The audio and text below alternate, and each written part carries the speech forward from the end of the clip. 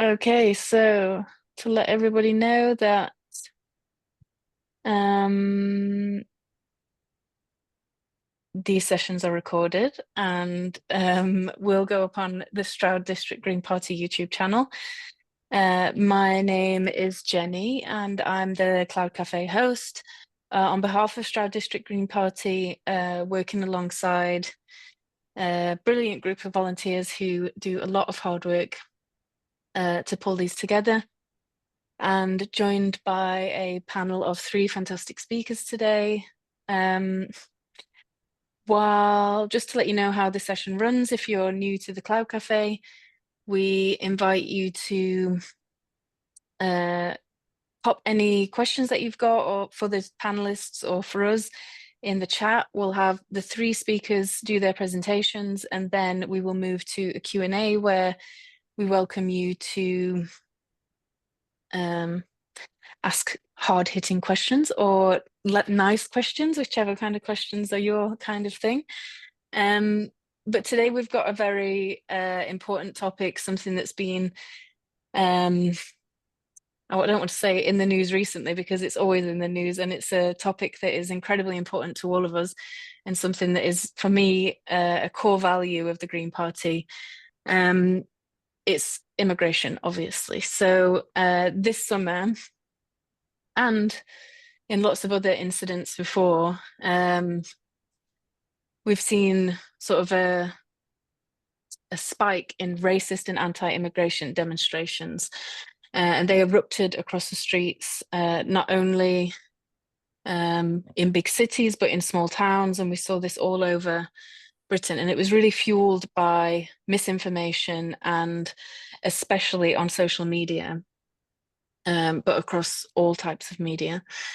And as we're in the aftermath of that, we want to see what the public response was, how we deal with this in the long term, and what the approach was from the government, which is obviously something that needs to be looked at and criticised. So our first speaker today is Graham Woodruff. Graham is an immigration advisor working in Praxis community projects in East London, providing support and legal advice to migrants and asylum seekers in crisis. He's the convener of the Green Party Asylum and Migration Policy Working Group, who in the past few years have completely rewritten the Green Party policies on migration. The group is now actively engaged in campaigning and training work. So, Graham, if you'd like to kick us off, yeah, I'll hand over to you. Thanks. I'll just try and share my screen.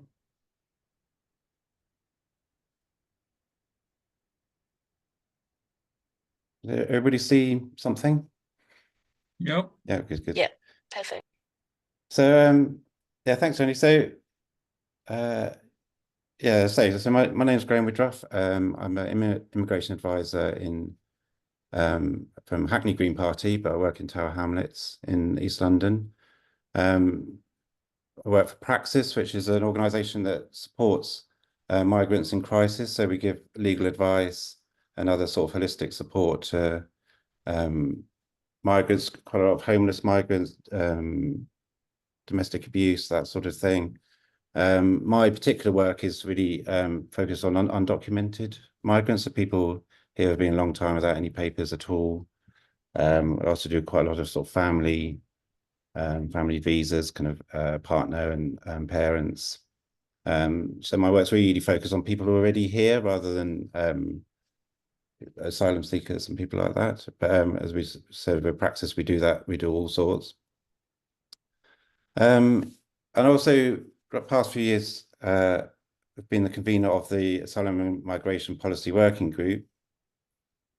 As Jay said, last few years we've sort of completely rewritten the Green Party policy. We sort of there's a bit of a chat before about people not really realising that Green Party have policies that aren't environmental ones, and as a group, we're very keen to really update the kind of migration and refugee and asylum policies to be really kind of current, really kind of informed by the local environment, as in the hostile environment, and by the work that a lot of myself and members do within the immigration and asylum sector. So we started off, we rewrote the refugee and asylum policy, which got agreed by a conference in autumn 2021. And the migration policy which was agreed last spring 2023. I'm not sure everybody's Green Party people here, but the way the Green Party makes policies is we have these policy working groups. And basically, in order to rewrite a policy, first you get a permission from conference to address it, to write a new policy, and then it's basically it took us about 2 or 3 years on each of these policies of workshops, going around different local parties, networking with different organizations in the sectors, and really kind of building up a kind of knowledge base and an understanding of what policies would really the Green Party should be supporting in these areas. So it's kind of it's a very collaborative process. And then, so the final part of that process is getting voted on by conference. So since then, as a group, we sort of sat around and go, well, we've got all this knowledge we've been working hard on. So what do we do now? So we've been campaigning and sort of carrying on with our using these networks of organizations that we've been working with to really promote Green Party policies across to sort of non-Green Party members, and also to promote and to support councillors, Green Party councillors, Green Party members, and really do sort of training and workshops with members to really kind of help with things like messaging and understanding how the immigration and refugee system works, that sort of thing. So we're quite active at conference. Conference just gone, we did a kind of messaging workshop on the Saturday, and then we had a fringe event about the hostile environment on the Sunday. We've got a website which you can see there, sort of Twitter account, and we've got about sort of 70 members on our mailing list. We don't get that many coming up to our monthly meetings, but there's quite a few people come in and out. So we have probably about 10, 12 sort of regular meeting on a monthly basis. So just thinking about what the topic for today, and we're really concerned with the group and thinking about messaging and what the media and how the media talk about migration issues and refugee issues. And as Jenny was saying at the beginning, this has really come to a head this summer with the riots. And we did sort of a lot of analysis on the kind of looking at what how the media were describing the riots and how they sort of were thinking about why people were on the streets. And those things like calling them anti-immigration protests. BBC even did call them pro-British protesters. And there's a lot of language around things like migrant crisis and illegal immigrants, and this kind of idea that the march to the far right across Europe is kind of inevitable and is going to happen. And then there's words like unprecedented, surge, flood, all these sort of, they're not, you don't have to go far digging around in the sort of BBC and other kind of media outlets to find this sort of language. And in fact, as a group, we were asked to contribute to the BBC did a thematic review. They sort of do them on various areas. I think Molly Scott Cato did one on economics and how the BBC talk about economics on their news channels, and they did one about migration and refugees, and they sort of reached out to a few different organizations, and we fed back this kind of idea that if you're going to call it a migrant crisis all the time, you need to sort of say, well, why is it a crisis? What actually you're defining? Because a lot of the interviews and a lot of the news items that come forward are starting from this premise that there's already a crisis. There's always, how are we dealing with this crisis? How are we going to stop the boats? It's always starting from that framework rather than starting to say, well, okay, there's 30,000 people coming here. Is that a problem? What are we going to do with them? Or it's always starting from this idea that there's a crisis. And we're thinking about I put on there, see the sort of stats. This is a YouGov poll who don't seem to poll Green Party members. I don't know why. But anyway, there's the Labour, Lib Dem, Conservative and Reform, and it's about who do different voters see as responsible for the riots. Now, for me, I found this quite a shocking graph. It wasn't totally surprising, but it was quite shocking that you can sort of see things I was sort of picking out. So even if you look at the blaming immigration policy in recent years, and all the four parties, including the Lib Dems, who have reasonably decent migration policies, and obviously Reform and Conservatives in quite high numbers, are legitimizing these people on the streets who are setting fire to hotels, who are fairly obviously racist and stopping, people of color in cars and all this kind of thing. And they're saying, well, that it's that legitimate concerns. They're saying the reason they're on, it's not their responsibility, it's because of the immigration policy. We need to change the immigration policy. And this,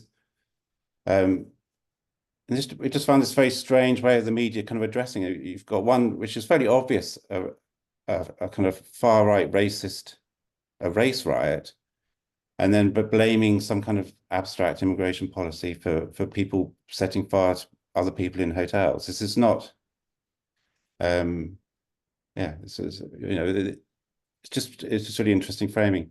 And it also, I mean, there's a horrific one down the bottom where you got like 34% of Conservatives, so not even Reform, are blaming Muslims, and it's like, well, where is this coming from? Why are you blaming Muslims for people setting fire to cars and things on streets, or for starting fights and all this kind of thing? So you've got to sort of think, well, where's this all come from? And where's it all come from? And we would say as a group, this is coming from this language that's always coming up. It's coming from this framing of always a crisis.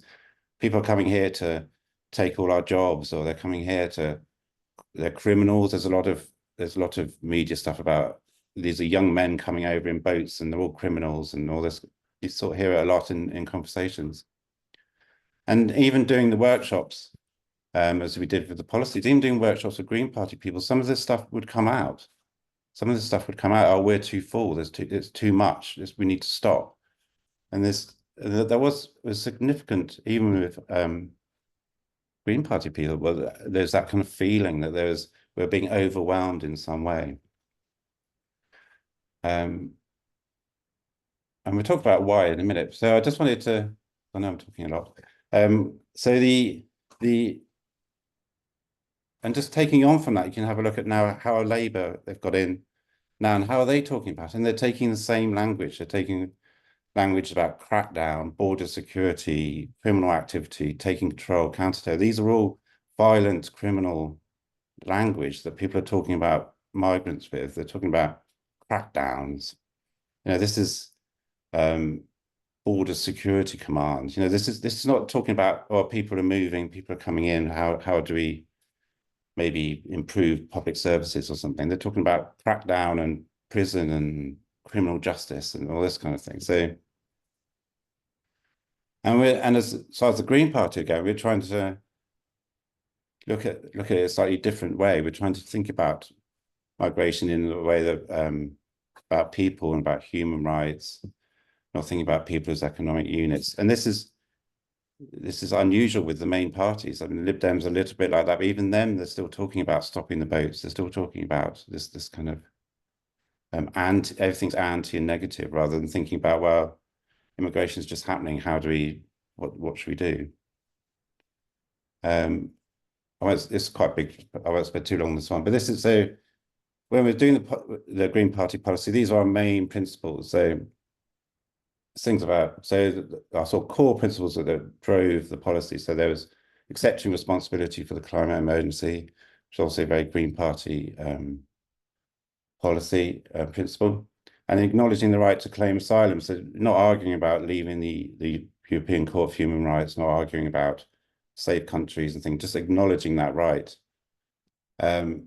One of our sort of kind of flagship things is basically dismantling the Home Office, taking away the kind of criminal justice system from the migration system. And some countries already do that. Canada has kind of slightly separate migration department, which is more, it's a bit like our kind of Office of Budget Responsibility. That's kind of taking out the kind of facts and kind of policy from the kind of political side of things, which we support.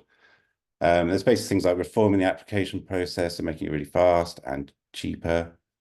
And there's policies about really putting families at the forefront. A lot of other parties will talk about wanting supporting families, but a lot of the hostile environment policies, a lot of the migration policies are about breaking up families, about stopping families be together. And then our core thing is treating all migrants as potential citizens. And this is a very key thing to us about the hostile environment. It's where if people are already here, then we should treat them properly. There's no need to, if you want to have a policy to stop more people coming, then that's something to talk about. But there's no reason at all to treat people already here badly and force them into destitution, force them into paying huge fees, force them into that kind of having to prove that they can rent, prove that they can work all the time, all that kind of horrible small stuff that happens to people who are already here. So by the time they get to the end of their 10-year route, but by the time they get indefinitely promoted, they've been sort of beaten down, and the idea and the feeling about the government, the feeling about being in the UK is just really poor, because the government has just basically been beating them down for a long time. Our fringe event at conference was about that sort of situation and we called it a slow violence. It's a report by the Greater Manchester Immigration Unit, which is about this idea. It's relating it to like living on toxic ground, where you sort of think it's sort of fine, but it's that kind of small kind of hurts. So it's that small pain that goes after years and years. In the end, you become completely toxic just by sort of living on that sort of ground. So this is something as a group we're very, because it's not talked about so much. There's a lot of talk about asylum seekers, people coming in, but how people are treated here is a very important issue for us. This is just a page where we just sort of show off that however lots of people liked our manifesto, things like the sector stuff. So as a group, we wrote that page in the manifesto, which came across really well. And then, so as a group now, we're talking about what messages we should be doing. How do we combat this kind of media problem? How do we change people's minds? How do we get our message across? And we're thinking in two ways. And the first way is this idea that people just move. So it's kind of like normalizing migration, just saying, well, it just happens, and people have always moved. There's a great article that came out yesterday actually about how the percentage of migrants in Europe hasn't changed since 2008. It's always been the same amount percentage. And there's a lot of stats about, we think it's a crisis, but it's just the same as it's always been.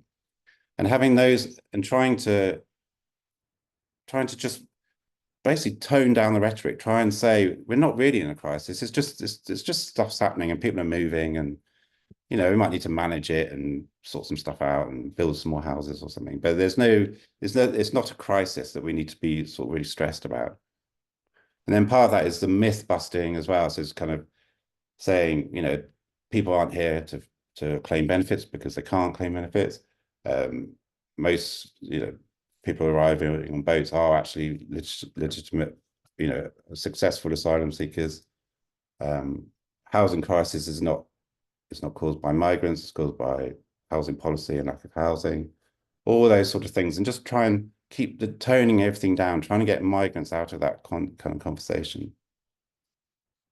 And I always put that quote in about Kofi Annan, because it's just saying, because if you're moving and you're making an application, it doesn't make you a criminal. There's kind of a legal thing, and then people, it's kind of idea that there's sort of criminal gangs just kind of floating around the world trying to claim benefits and get health services. It's really, people are just sort of moving and trying their best. They're just sort of families trying to do stuff. So that's the kind of normalizing.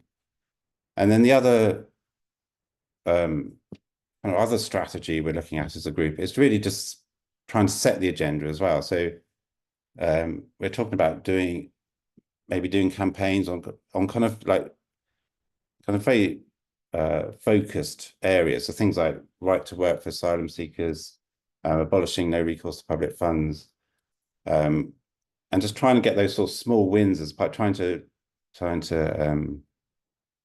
raise awareness of these issues, because people don't know that these issues are actual issues. There are no recourse to public funds ones is classic. There's a really good interview on you can see on YouTube somewhere, where Stephen Timms, who's a Labour MP, was interviewing when he was in opposition, was talking to Boris Johnson. And he's going, oh, and he told Boris Johnson about the no recourse to public funds. So whether, you know, there's a family there, they're migrants, they've got the right to work, they pay taxes, they work, the children are in school, but they can't afford the rent because it's too high, and they need to, they'd like to get housing benefit. And Boris Johnson said, well, why don't they just claim housing benefit? Why don't they claim universal credit? And he was going, well, there's no recourse, they've got no recourse to public funds. And Boris said, well, that's rubbish. They should be able to do that. And then obviously a few days later, his kind of the brains behind the throne said to him, well, no, actually, that's Conservative policy to keep that. So he sort of backtracked. But it's this idea that people just don't know exists. So doing a campaign on these kind of issues is almost highlighting the issues that they actually exist. So asylum seeker right to work is another one that's been quite high profile. People just assume people are here to steal our jobs, so they must be able to work. And then if you highlighted the fact that they can't is something. And we got and there's also things like that, breaking up the families, ban on family members for students, like those kind of high income requirements and all those sort of things, and just really emphasizing the effect on families. And this something on the Praxis who I work for, we do quite a lot of that. We have a lot of groups of no recourse people and families, and that's sort of how they do their campaigning.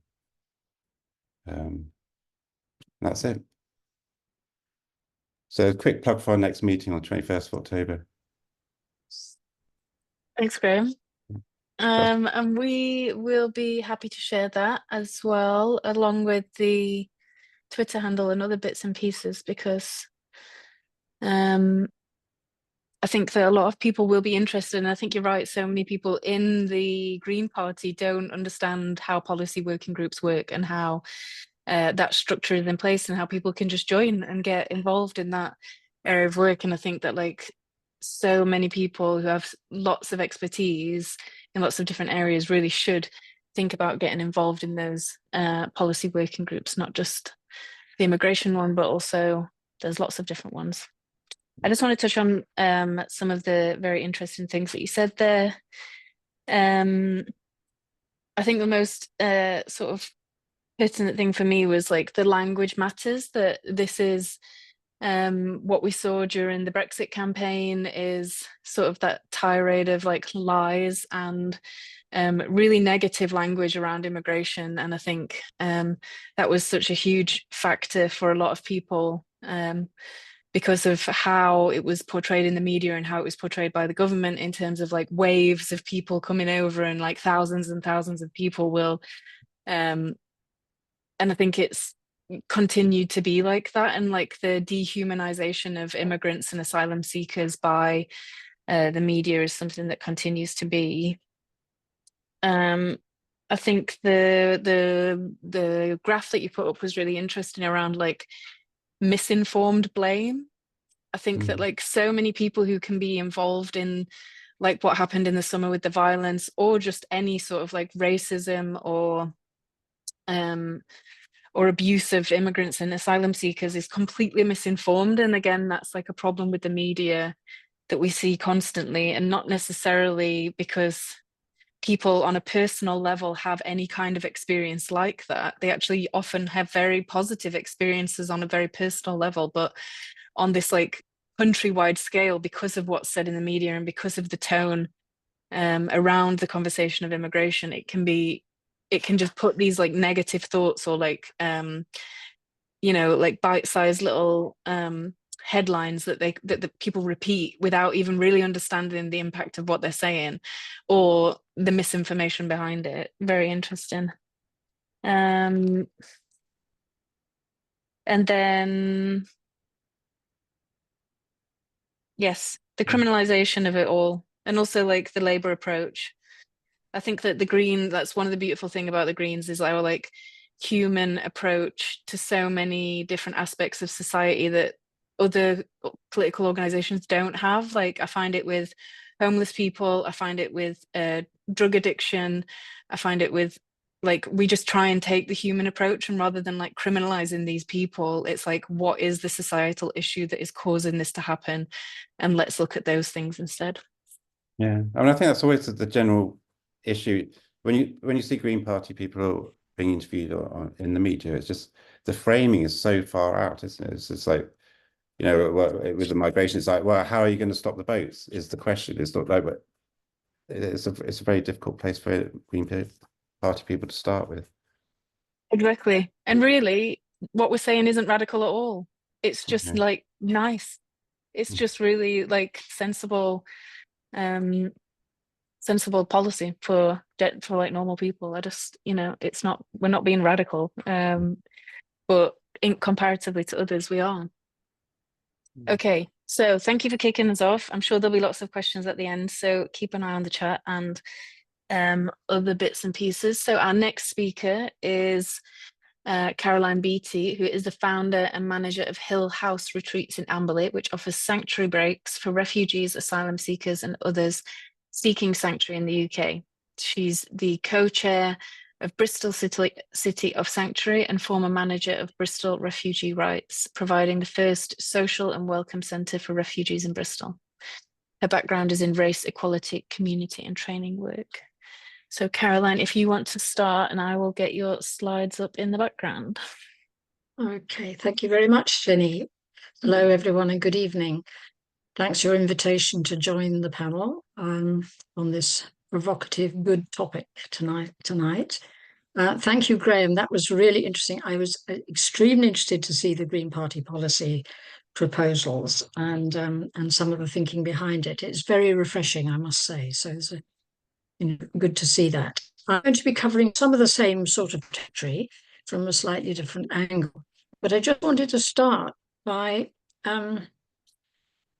mentioning that someone sent me a link today to a new report on the latest findings of climate scientists, that climate change has the potential to displace billions of people. Multiple tipping points are reached, and next to bring societal collapse. So the notion of control immigration is probably a complete fantasy. That's kind of context. Tonight we're focusing rightly, I think, on negative or positive messages about immigration, but it's salutary, it seems to keep in mind that sooner rather than later we may not have such a choice at all. So let's here. In the 2020s, it seems that approximately 1 in 6 of us were born abroad. And I think it's quite interesting that I think all 3 of us are probably going to be focusing considerably on refugees, who only form a small percentage, 10 to 15% in the UK, of the immigrant population. How is that? It's like as if they are in the public eye as the problem. I want to start with why we should be, I'll come a bit back to that, about why I think that there's been such a shift from the immigrant as the bad guy to the refugee. But first, I just want to summarize. Could you have the first slide? Yes, thank you. Why we should be in favour of a refugee presence. So why should we feel positive about it? And I think these are some of the things that came to mind to me. To meet our international obligations and to save lives. To create a humane asylum system, which you've talked about in the policy. To celebrate skills, diversity and difference, and to eventually use them when people can. To reduce racist and far-right activity. And to recognise that within our lifetimes there may well be population movements beyond our imagination. So we need to, I've summed that up as we need to get kind, get curious, get careful and get real. Okay, thank you. If you could put that one down, thank you. Actually, I'm not moving on to that quite yet, but okay, thank you. So, how is there a shift of, what is the shift from immigrants? Immigrants was a bad word when I worked in Rochdale in the 70s. I was working in the Council for Racial Equality there.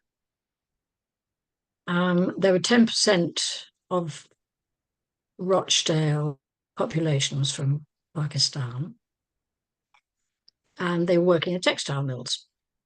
My job was to support those folk and tackle the late enslavement history of xenophobia and racism, which was really strong then, and it hasn't ended now, I'm not saying.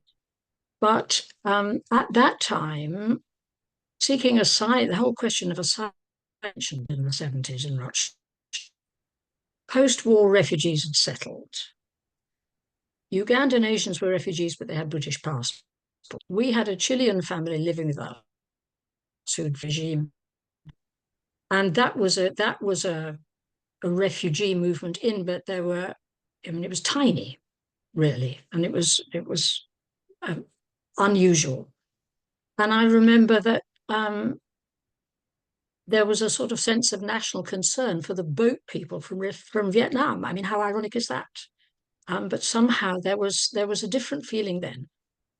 But in the 50 years since the Refugee Convention of 1951, which defined a refugee and gave every person in the world the right to claim asylum in a safe country if they felt they need it, and Britain was a signatory to that. In the 50 years following,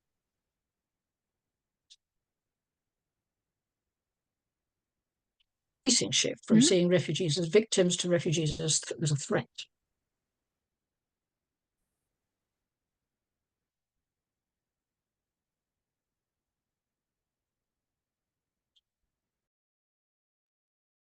Oh, have we lost Caroline? Is everybody else not hearing Caroline? Yeah, I can't hear at all. I can't hear. Okay. Possibly frozen she's got- screen, maybe. Yes, she seems to have frozen.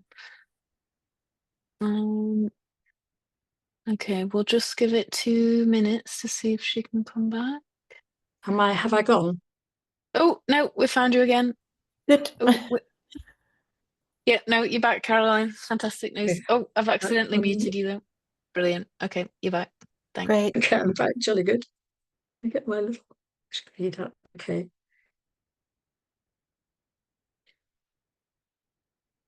So, as I was saying, that asylum, immigration, and nationality legislation is one of the most. It's the most legislated area. You know, year after year after year, there's something new. And the Tories, I mean, it's been just beyond belief the recent phase of legislation. But I'll come back to that in a minute. But as over that period from 1970 through to the 21st century, more and more countries have become unsafe for people who have to go somewhere else. And now that relatively small, and it is only relatively small in terms of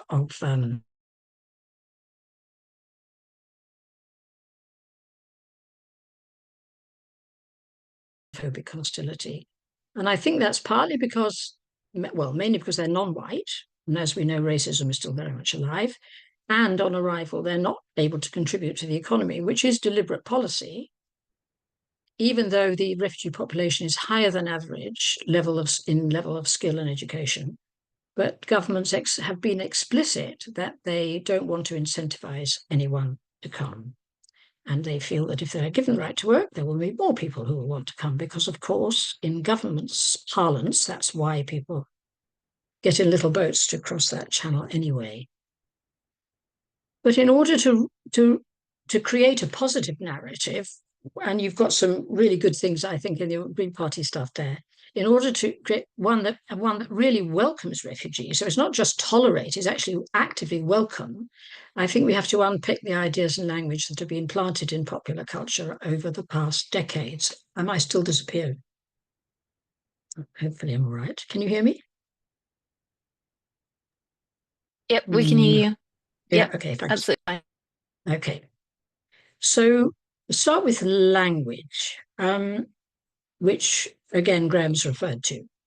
So successive governments have actively and deliberately increased hostility towards refugees through their use of language. the Tory government has led us to new extremes. And again, Graham's referred to that. But I think Labour's not fundamentally different, as you've also said. So the difference between stop the boats and smash the gangs, I mean, they both, there's little to choose. They essentially are about stopping refugees from coming. That's the underlying intention of those, sound bites. Starmer's visit to Italy was about proving their recent ability to restrict numbers and their current offshoring plans. So stop Rwanda, start Albania. I mean, really, the whole think, as you have said as well, is about how do we pander to the perceived view that most people are afraid of or do not want incoming, more people to come. So could you put up the next slide, please? I think the bits of legislation that the Tories managed to get through are extraordinary. The hostile environment, 2012, Theresa May. The message to refugees was that they were unwanted. The 2022 Nationality and Borders Act, the message was that refugees are criminals. And the Illegal Migration Act, last year, the message is that they're illegal. So it's how that they're very explicit in those bits of legislation. So the message has been enshrined in law that refugees are unwanted, criminal, and illegal. And the last act has effectively taken us out of the Refugee Convention and international obligation, because it has always been somebody's right to claim asylum however they arrive, irrespective of the method of arrival.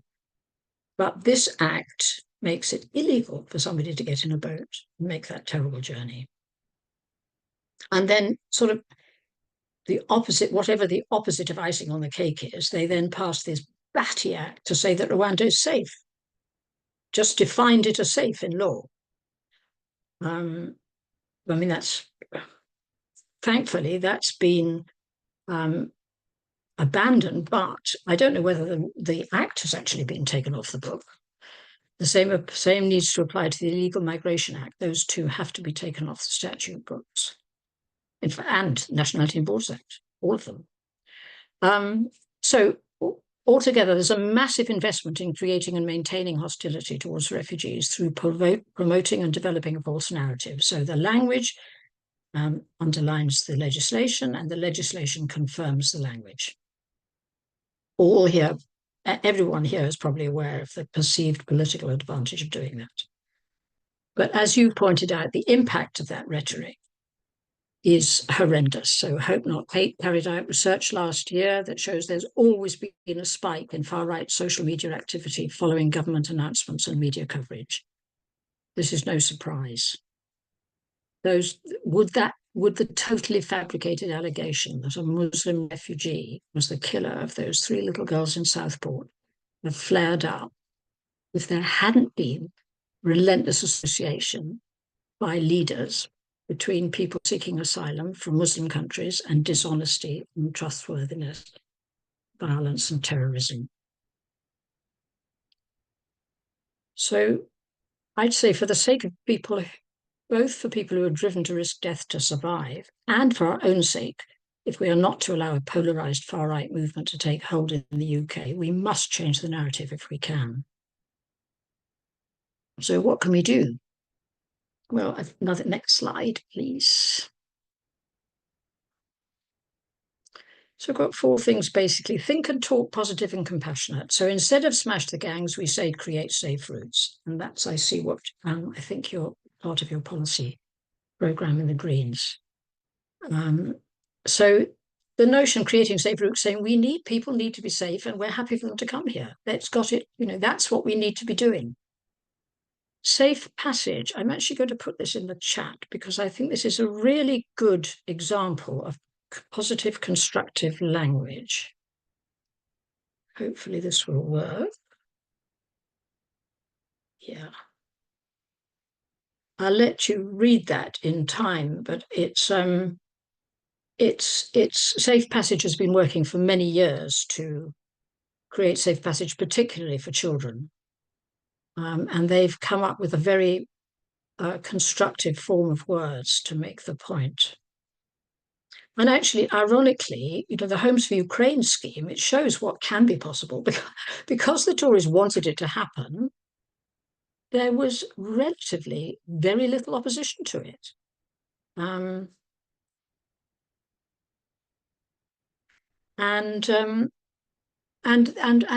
really, a lot of people have been welcomed in Stroud, as well as elsewhere, through the Homes for Ukraine scheme with relatively little fuss. And a year later, when there was a response to Sudan's similarly desperate population, how point up the racism asylum policy. So think and talk and compassionate, focus on need numbers. And I think even those of us who want to welcome refugees can get caught in that numbers game. So if we acknowledge, the view that the government language of invasion, we might actually very few people who come to Britain as refugees, but so it's not so many, we can manage it, is the implication. But I think I looked through your policy. You haven't focused on numbers, very good, because I think it's a real trap, that one. Another way of looking at it is that it is, in fact, shamefully few people who come to the UK, both in terms of proportion of refugees worldwide and compared to most other European countries, indeed. Then we can watch our own language. I think the use of illegal should be completely out of the book. Even irregular is going to get tarnished soon. It's basically saying it's somehow not okay. And asylum seeker, I always try to say people seeking asylum, because I think then it puts people first and their current role second. To keep away from the idea that this is a fixed identity. Seek solidarity. So there are some wonderful examples of where communities have taken a very different tack. I'm going to put this one in the chat as well. It's a delightful little article about a small town in Spain. If I can get to it, how do I do that? It doesn't want me to do that. Oh, I didn't click that, that's why. Right, that was the first one. This is the second one. Okay.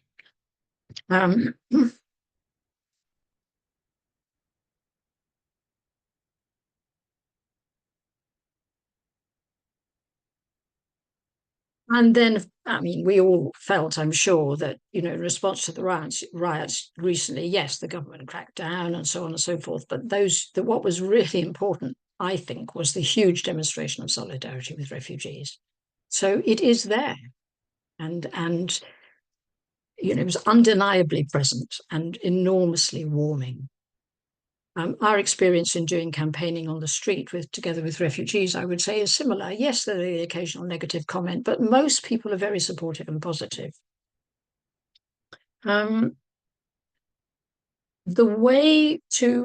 my view, the way to create the positive atmosphere, nothing is as good as direct contact with people, between people. So that's what we try to do in Hill House in our small way. We bring refugees out and people who are in the asylum process or seeking sanctuary somehow, confined in hotels in Gloucester or Bristol. We bring them out to the countryside to have a rest, have a break, and to meet and mingle and engage with local communities. And we were meeting yesterday to talk about what tremendously rewarding and delightful experience it is to get to meet people from so many different parts of the world, even in their very wretched situation that they're having to go through at the moment, temporarily, hopefully. because usually people who are in the asylum process live in a kind of shadow land with very little contact with the general public. And I wonder whether that's, always feel there's something deliberate about that to keep people apart so that the government can continue to peddle its myths. The City of Sanctuary UK's theory of change is that it hinges on the power of human relationships to bring about a change of heart. And I'm sure a lot of people will have seen that wonderful film of Ken Loach's The Old Oak, which is on that theme. When the Prince of Wales when the Berkeley Hotel in Stroud District was open, that people were worried about, the folk who had to stay there being out and on limb, but actually, the good folk of Cam and Dursley really were fantastic in providing support. And so something very positive came out of that. It's when there's contact, then there's a possibility of change of heart and change of view, and bringing people into the community, without the difference and the stigma. So I, for one, would welcome more refugees in our community and hope that opportunity may arise. And I'm just going to do a wee plug for an event on the 20th of November when Gulwali Pasarale, who was an Afghan who left Afghanistan aged 11 and made a treacherous, terrifying journey, which eventually got him to the UK. He's written a book called The Lightless Sky, and he's now in his 20s, and he's coming to speak in Stroud on the 20th of November at St. Lawrence Hall. So we hope to have other Afghan families there, and I hope that people will come to that. And that's all. So let's be kind, be curious, be careful, and be real. Thank you. Thanks so much, Caroline. Really nice to have that different perspective there. Very interesting to realize that it's the most legislated area. I mean, I think it's currently the top of a lot of, like, when we do polls on voters, immigration is top of people's list, but I wasn't aware that it was the most legislated area. Again, lots of discussion around language and the importance of that, changing false narratives, breaking down those false ideals that people put in people's minds, and agree, the most positive and beautiful way that you can do that is have direct contact with people who are coming from different countries, from different cultures and different communities, and embracing them as part of your own. Also, really, I find it very difficult to be British a lot of the time, and seeing the solidarity that came from the the positive demonstrations this summer was actually just a really beautiful thing, and something it made me very proud to be British, which is something I don't say very often.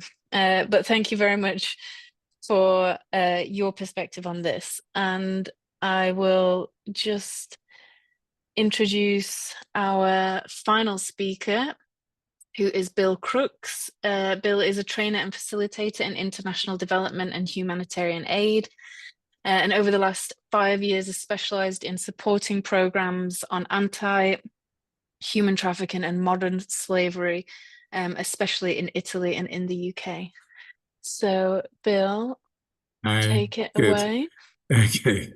Right, just so, that's my introduction. I actually live in Stroud, but I've been oscillating back and forth to Italy with my work to do with modern slavery and human trafficking. And part of that work was involved with supporting a program of humanitarian corridors or safe passage. So what I'm going to do is talk through the safe passage approach adopted by civil society in Italy. Really appreciate the previous speakers, learned a lot from Graham, really excited about the green policy on migration and the sense of dignity and humanness. That echoes a lot that's what's happened in Italy in certain parts. And again, Caroline, thank you so much for your points as well, particularly around the legislation. So let me just find my, point. Okay. So,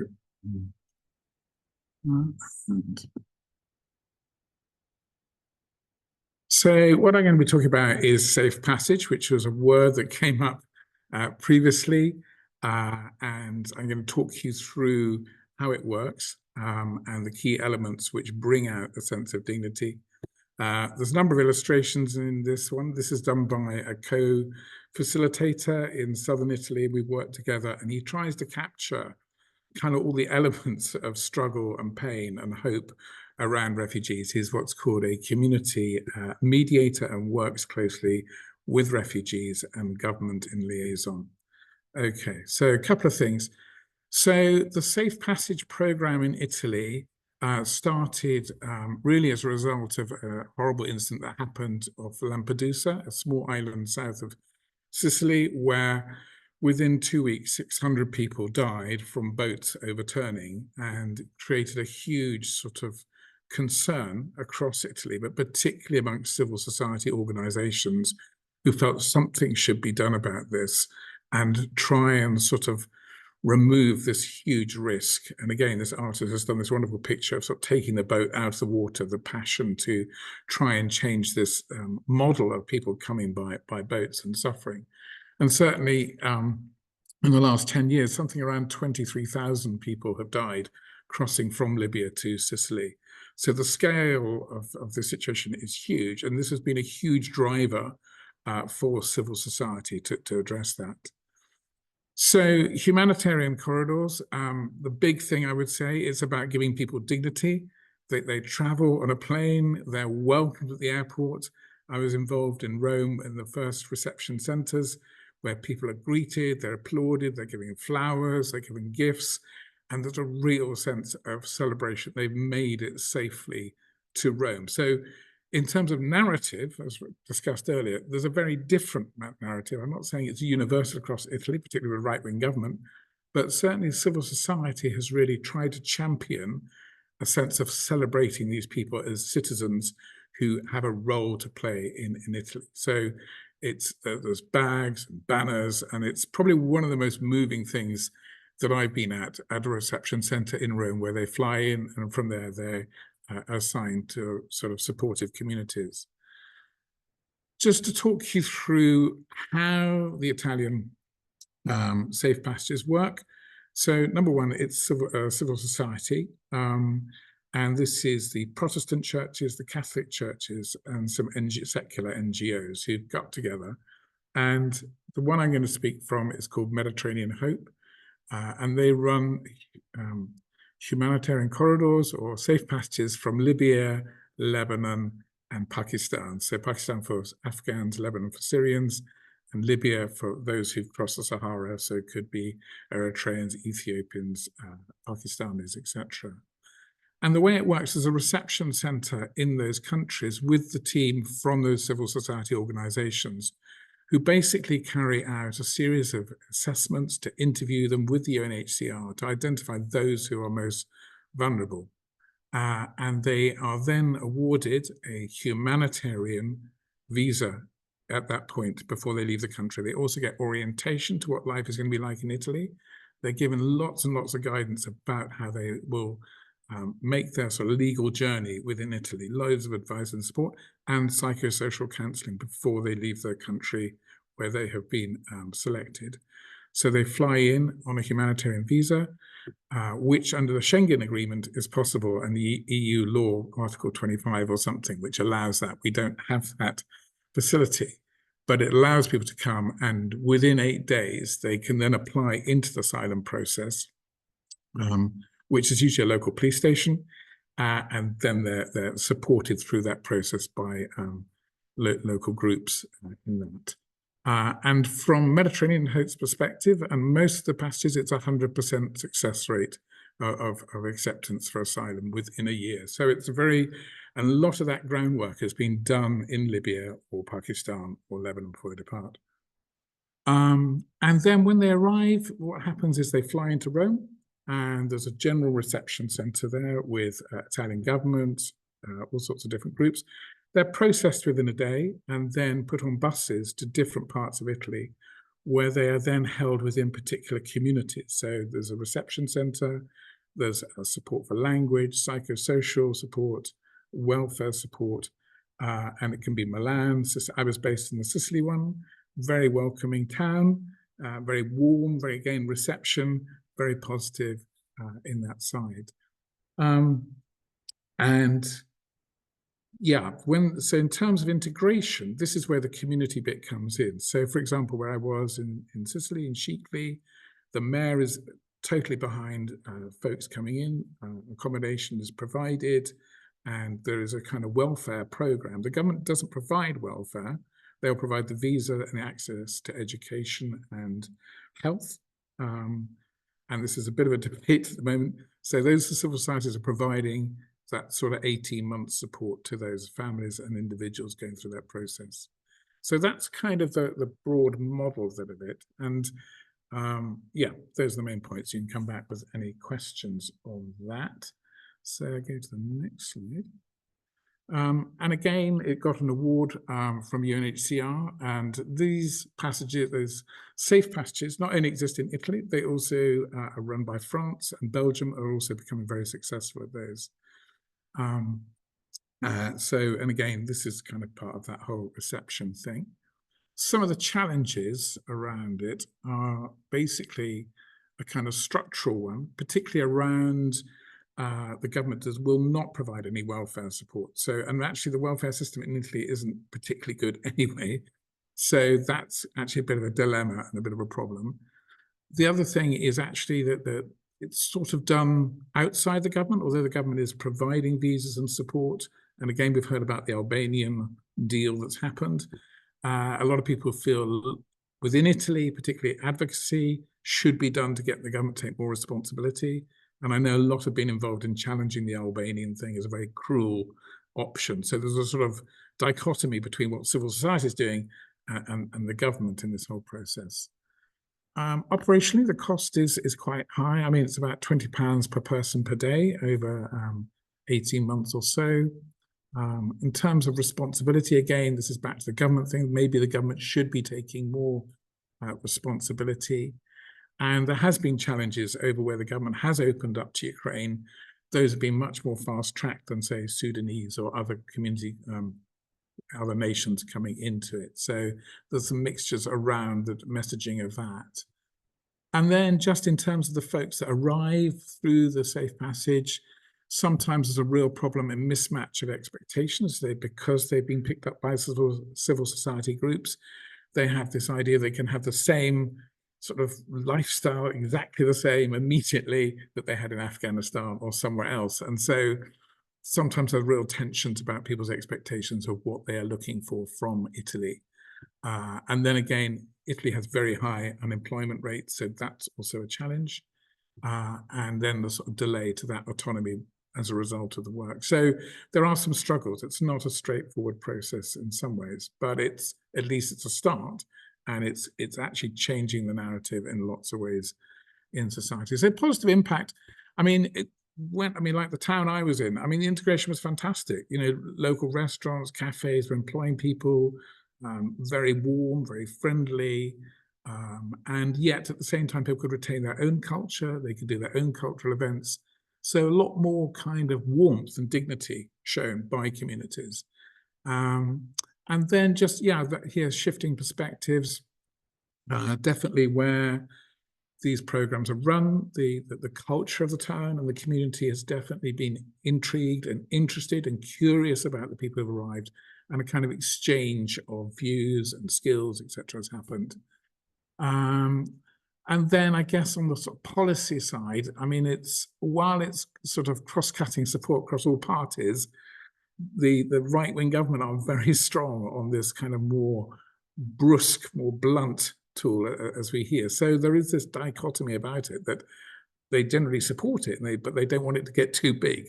So I think that's a sort of challenge that's in there. And just in terms of sort of, let's look across all of the sort of pathways. So resettlement, as you've already said, Ukrainians, Hong Kongers, sort of Afghans, that's very much a sort of set program which we know about in the UK. In Italy, there are three pathways that are operational now.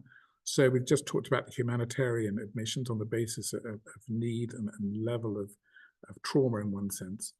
But there's an exciting new one, educational pathways, where they're identifying students, and 28 universities across Italy have signed up to take people who are studying in their home countries to join courses in Italy, and they are supported by the university, welfare-wise, financially, etc., to the end of their course. So that's been a really interesting kind of development. And then there's the labour pathways, and that's kind of linked to this sort of talent across borders, which, you know, if the English equivalent would be the care home and health visas, which I think the Home Office issued 165,000 last year. And so that linked to professional skills. Having said that, putting on my modern slavery hat, the British version has been hugely abused by issues around modern slavery and human trafficking, and basically exploiting people who thought they were applying for a normal care work visa and get here and it doesn't exist, the work doesn't exist, and they paid £11,000 to £15,000 to get here. So there's a huge issue around that level of exploitation, then vulnerability when they're here. So there are issues around that aspect. But I think what's interesting for Italy, particularly the civil society side, they are championing these 3 other pathways, which are quite innovative and encouraging. UNHCR, there's the Global Refugee Forum, and I think Britain went for about 13 pledges. But at the end of the day, well, there was a lot of rhetoric in January 2024 from the Tories and other groups about safe passage. Nothing has really come to fruition. There's a lot of discussion about it, having gone through the press. There wasn't really much there. So that whole issue, if we're talking about lobbying as a Green Party, I think we could really chase some of those issues that were highlighted. And these were Tory ministers being reported to the Telegraph saying they were thinking safe passages are important. And then just, yeah, recently this sort of comment around, you know, people don't need to come in boats. We can prevent people from suffering these things, and we need to stop having these sort of tragedies. So that was sort of basically a quick run through from the Italian perspective, recognizing Italy has its own challenges as a right-wing government, but a fantastic civil society group which is championing these approaches. I don't know if this time I've got a short film of about 2 minutes, but maybe I could put it on the YouTube, the chat afterwards, and people can look at it. But it basically walks through a people's journey into Italy in about 2 minutes. But I think probably time is pushing on, and I will pause there. Thanks, Bill. Very, again, another interesting perspective. And, you know, there's a lot of themes that have run through all 3 of the conversations tonight. But I think what you were talking about around like redefining the journey, that like this is political will, really, that like the system has been set up in such a way that it forces people to take these unsafe routes in order to get to wherever it might be that they're going. It opens up people to exploitation, it puts them in very vulnerable positions that makes it easy for people to take advantage, be it the government, be it people when they arrive in the country. It can happen over and over again. And the picture that you've painted of this, like, I know that you didn't paint a perfect picture by any means, but that there are positive steps that we can take as a country to create an environment that is much more inviting and that is much more like set up for success. Like what we're really doing is setting people up for failure because the system is so broken. And I think that is just one of the most, when these people are in the most vulnerable positions already in their own country, they're really going through so much trauma and are in very difficult positions, and then to arrive in somewhere that they thought would be a safe haven, and to then again be put through a system that can exploit them or that can make it very difficult for them to live a normal life is really sad. And I think one of the things that you mentioned a lot there around civil society and them stepping up is like a really beautiful thing. But for me, as always with civil society, it's like a failure of government. You know, these are services that should be provided by government. It's just the same with Hill's House, you know, what a beautiful, amazing thing that is. But it shouldn't need to be there. It should be that those services are provided by government, and that the government is putting these things in place so that people have these opportunities once they've arrived. I think just Thank on that you. last point, I mean, that is the huge debate. I mean, I was talking to people last week and they said we shouldn't be doing this. It should be somebody else. But there's that sort of tyranny of the urgent, which is the problem. But thank you. Yeah. Absolutely, across the board, not just with immigration, but with all civil society. It's people and organizations stepping up to fill a gap that the government should be filling, that the government should already be there and fill in a positive way. And it happens over and over again, be it with, you mentioned like social care, be it with elderly care, be it with whatever it might be. But they often feel like, okay, so I am looking through the chat. So I know we've got one question from Carol. I know lots of people have been adding comments in the chat, which is always nice to read, but do feel free to add in some questions for our speakers as well. Carol, did you have a question that you wanted to ask? And Beatty's. It was sort of more a comment than a question, really. But I just feel we should be talking about not just sort of minimising the problem, but talking about immigration positively and the advantage of it. Bringing in new ideas. People who migrate for whatever reason tend to be the more enterprising people, the people who can make a positive difference to society.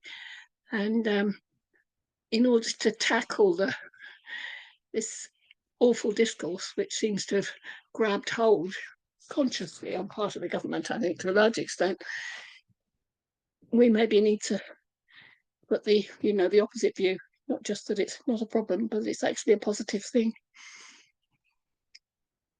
Thanks, Carol. To all of our speakers, if anybody wants to come back on anything that anyone asks or comments on, then feel free. So if you want to go on, yes, Graham. I was just gonna say, I mean, Carol, I think that's really right, and it's very it's kind of two approaches. There's one, do you take part in the kind of rhetoric that's going on? You say, immigrants are causing harm to the country, and do you counter that with saying, well, no, there's, they're very good for the NHS, they're very good, like you said, a lot of them are younger professionals and all this kind of thing, and they're actually very useful for the country, and we need workers, etc., etc. And I think there's definitely a place for that, but we also have a kind of concern about that kind of good immigrant versus bad immigrant type thing. So you end up with, well, that's great, we'll have lots of Filipino nurses, but what we don't want is young Afghan men, and there's that kind of, it tends to be a sort of issue there. So we like to, I think there's a place for that kind of talking about, like, especially like NHS workers, things like that, but to try and broaden out, try and say, just people are moving, and some people, they're people like us. Some of them, are really good at, we're all Nobel Prize winners and going to be great top of the universities, but other people are just going to be here and they might be ill, or they might not be. It's a broad spectrum of people coming. Thanks, Graham. Caroline, I saw you unmuted. Would you like to say something?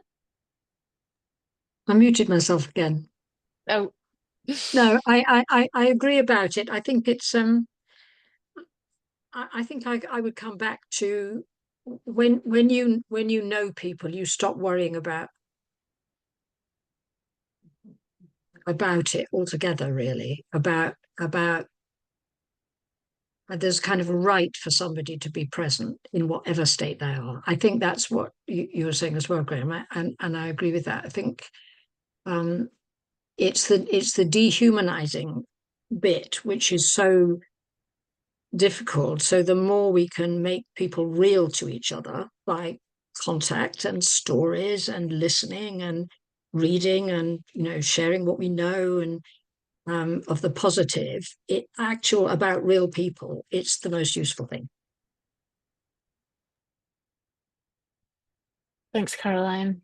I think it's often with these things, isn't it, that it's not enough it's not enough just to counter the negative, but we also really have to champion the positive, and across the board, not just with immigration, but with lots of different things, that's the case. It's not enough to not be racist. It's like we really need to be like really positive champions of solidarity with people. Can I just add Yes. a quick? Yes, Yeah, Ben, yeah. I think there's something about, you know, being champions. You know, some us being brave to do some initiative that demonstrates something positive. And one place I did work in Italy was a little tiny hilltop village called Camini, where the mayor, his population was sort of draining and it was in decline. It was one of these places where they sell a house for 20,000 euros or something. But, you know, he had this vision that it become a refugee kind of sanctuary in place. And I think he basically got a grant from EU to do up the whole place with refugees. And they basically opened Bangladeshi sort of food shops, Kurdish textiles, all sorts of nationalities. And this tiny village has got about 15 or 20 different nationalities doing it. But he, as a mayor, took the initiative to say, we're going to do this differently. And the local population absolutely love it. Having said that, I mean, there's certain groups who don't like it and have threatened his life and etc. But, you know, I've met him and he's the most amazingly courageous, humble, simple man.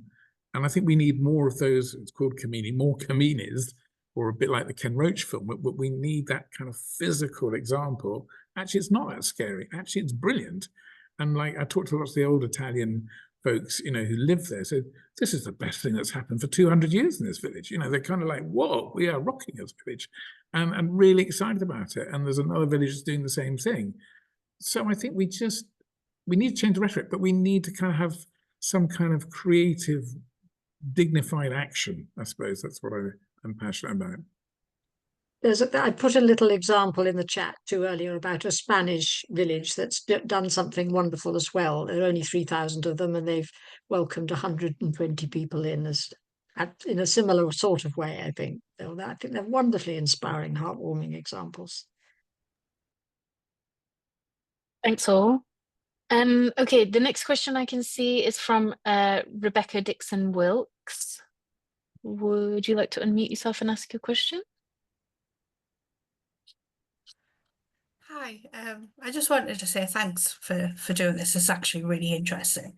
But I'm currently campaigning. I'm actually in County Durham, and we are campaigning for our local elections, and we're getting a lot of this misinformation on the doorstep. My question is, how do we tackle this? Because this is obviously, personally, I don't see that many immigrants around. So it's more what people are seeing in the media. So how do we tackle that on the doorstep? Because I just get really frustrated with them and I try not to talk about it. But it needs to be addressed.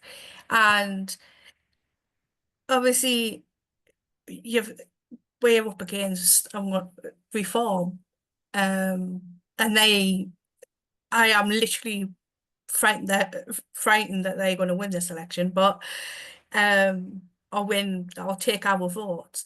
So how do we tackle the misinformation on the doorsteps?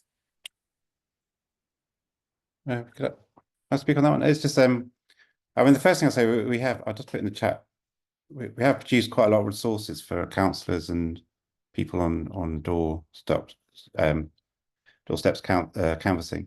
But I think the key principle really is to I think something, I don't know if it was Safe Passages messaging, Caroline, or one of the other ones, but it was one of those other organisations did some really good messaging around.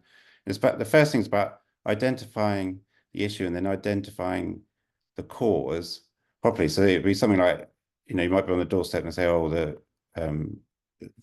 all coming here taking our houses or something. So you say, well, the problem is there's a housing shortage, and why is there a housing shortage? And it could be there's not enough houses, or the rent's too high, and just and this, and you can just almost answer in that way. Said, yes, there is a real housing shortage around here, and I find it really difficult to rent because it's so expensive, and just start taking the conversation away from that kind of direct immigration thing. But it's really difficult because some people just want to talk about immigrants, and then you just have to sort of smile and wander right away. But kind of really identifying what actually are people upset about, what is it they're actually finding difficult, so yeah, and then trying to actually identify the villain is whatever that happens to be in that particular thing. Thanks, Graham. If either of our other speakers want to come back on that, then feel free. I also work for the AGC, which is the Association of Green Councillors, and I know that it is a very difficult topic for a lot of people on the doorstep. What Graham says is absolutely right. I think in places where there are no immigrants, they're still facing these same issues, and therefore immigrants isn't the problem. The problem is, as Graham said, the government isn't providing enough housing, or the market has outpriced people from it, or the renting the renting market is completely extortionate, and people are completely priced out now. And that really people just want honest answers, and they are more that, like, if you can bring honesty and logic to the answers that you're giving and try and avoid frustration, even though I know that in the moment that must be the most difficult thing, is really what people want. People want you to be honest with them, and if you know what's happening in your local community in terms of like how many people are on the housing list and those kinds of things, and that even if that this hasn't changed for the last 10 years because of how the Tories have created the system that we currently live in, then I think that's what people want on the doorstep a lot, is honesty, and that, especially if you're obviously a local person, then your experience of that as well. Okay, let me find the next. Sarah H. I think this might be one that's specific for Bill, but I'm sure other people might want to come in on that as well. Sarah, are you still there? And would you like to ask a question? Yes, I am. Hi, oh, Bill. Great. I think your example from Italy really, throws down the gauntlet in a way to civil society here to try and put on some kind of alternative model, demonstrate, that's the power of it, isn't it? To be able to demonstrate that things can be done differently and show government that that's the case. So I just had a couple of very simple practical questions just to know a little bit more about the Italy experience. How many people have actually come through the program? And it does sound expensive, which is going to be a snag. Where's the funding come from? Just very practical. Okay, sure. Points. So my understanding is the last 3 years, 7,000 have come through the Mediterranean Hope Programme. So I don't know the numbers for the other ones because they share the humanitarian corridors, but I could find that out. So there's a funny tax called 8% in Italy, Otto Mille, I think it's called, and basically that tax goes towards civil society, and that's generally 100% earmarked for refugee work. So that contributes to some of the funding from the tax, which is intriguing for the right-wing government, but there we are. It chugs along, and Italy is full of contradictions. But also the Catholic Church, as you know, is absolutely huge, and so they underwrite quite a lot of the costs. And then there's outside donors, etc. part of that. So, but yeah, big part is from Otto Mille, which is the social tax. Yeah. Well, Keir Starmer did say early on in his campaign that he was really going to work much more closely with civil society. So, maybe we should take him up. We should try it. I mean, the model is good. I mean, given some of the problems with it, but it gives dignity. And when you see people come through it from one end to the other end, you see people shine, you know, and that's the difference. I think Graham was talking about, you know, people on this toxic sort of floor, year in, year out, wondering how their future is going to be. That this is completely different. That there are still challenges, but from the word go, arrival, it looks much more human, I think. Thank you, Sarah. Yeah, I'd just like to, because one of the things I was thinking about when Bill was talking about was just how important it is to hear stories about other projects that work, or at least are being tried in other places. I mean, so especially with civil society, but even just with other governments around the world as well. There are different ways of doing things. Where you certainly feel, certainly looking at the media here, we're very much in a very small bubble about what's possible and what isn't possible, and there's quite a lot of, and there's plenty of other things that are possible, and you know, like some people have said before, we don't take that many refugees compared to other countries anyway, and all those sort of statistics as well. It's very important to have that kind of global outlook, and also looking at civil society type projects and to see what people want to do and what is actually possible. It's always, I think Green Party generally are very good at that kind of looking at possibilities, but I think it's one of our strengths. Thanks, Graham, and everybody. Great questions, Sarah. Rebecca, I think it was Ken Loach that's done the films that people have mentioned. Bill, I think it was you that mentioned, if you can write in the chat maybe, which what the film was. And They then called The Old Oak or something. I think there's also not The Old Oak Common or something, was it? Yeah, I think Caroline mentioned, I don't know the exact name of it, but I've just seen there's a question about, can you say a little bit more about safe passage and traumatized children? Just quickly, I can respond to that. Yeah, no problem, that's fine. So when people arrive in Italy, when they're assigned to their kind of, if you like, sponsoring community, there are professionals on hand to deal with their legal issues, but also counsellors and psychosocial specialists. So that is how that's dealt with. It's not ignored, it's recognised. And interestingly, last year I was involved in part of that with unaccompanied minors who were traumatised, and myself and another artist, we worked with a group of 15 unaccompanied minors for 5 weeks every afternoon using therapeutic art. It was a really interesting and powerful process. And actually that was a government supported project which I was assigned to.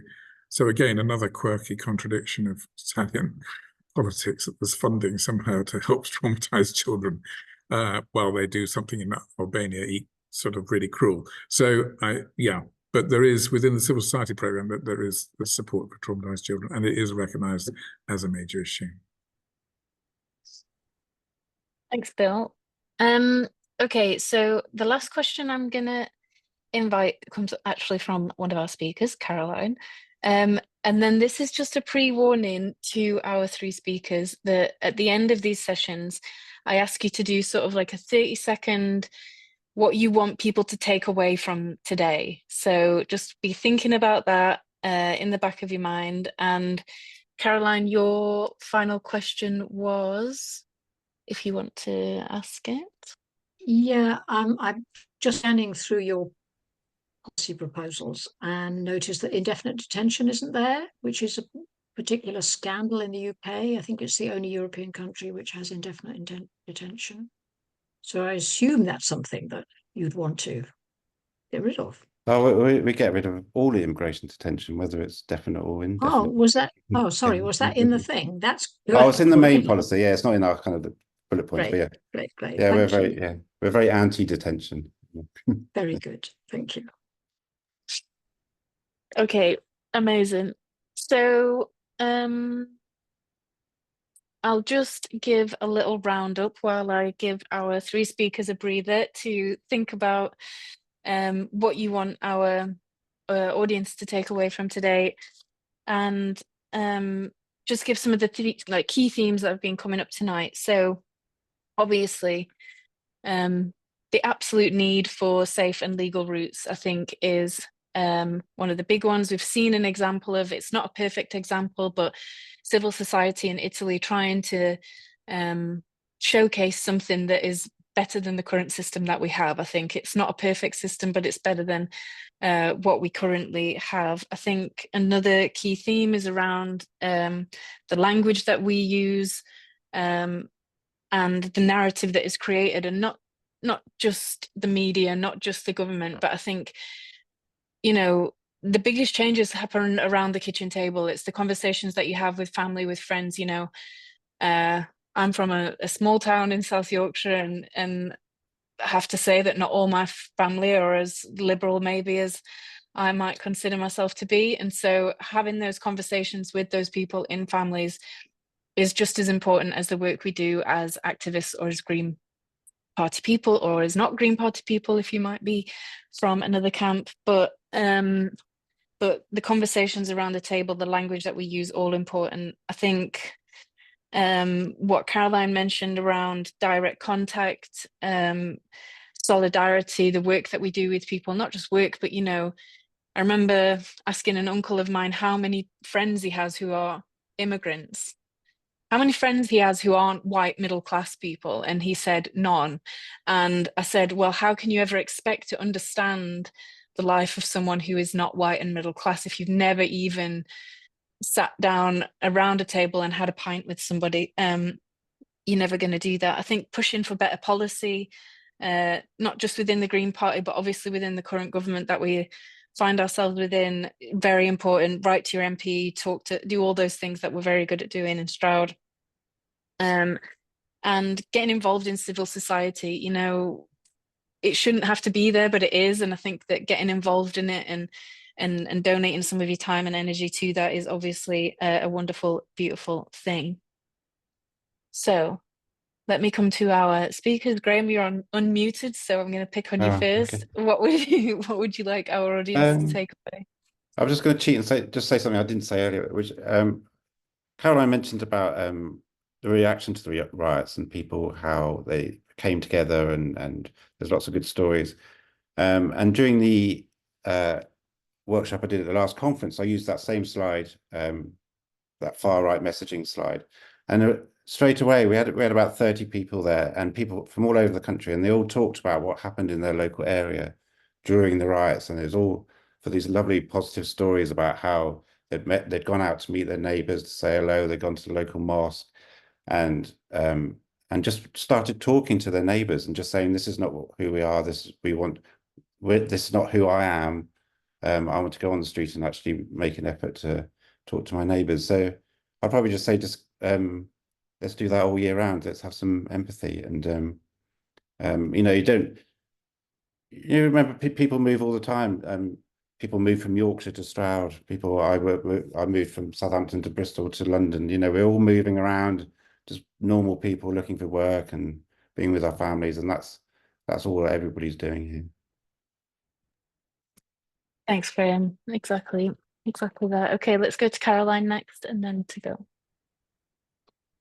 Well, I'm conscious that we have focused on refugees, although that wasn't in the title of the day. But yeah, as I also said, I think there's a brunt of hostilities there. I'd say every time we hear a negative story, tell a positive one. And really be careful of language around, even if just those two things, never allow the word illegal to be associated with somebody, with a refugee. Challenge it, and talk about people seeking asylum rather than asylum seekers. And finally, yeah, look for any opportunity to meet, get to know, hear the stories of people who've had to forcibly move. Thanks, Caroline. Bill?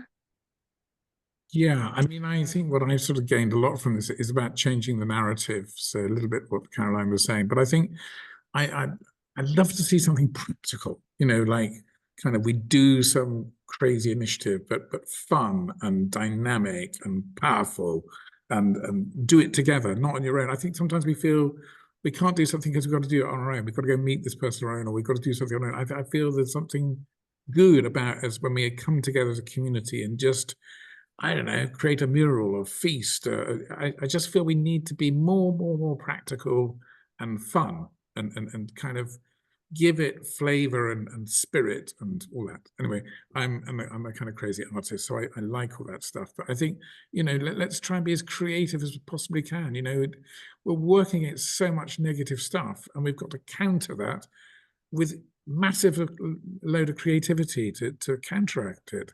You know, that's what. Anyway, I could go on for ages, but yeah, I just think we need to be creative and aggressively creative to change the narrative.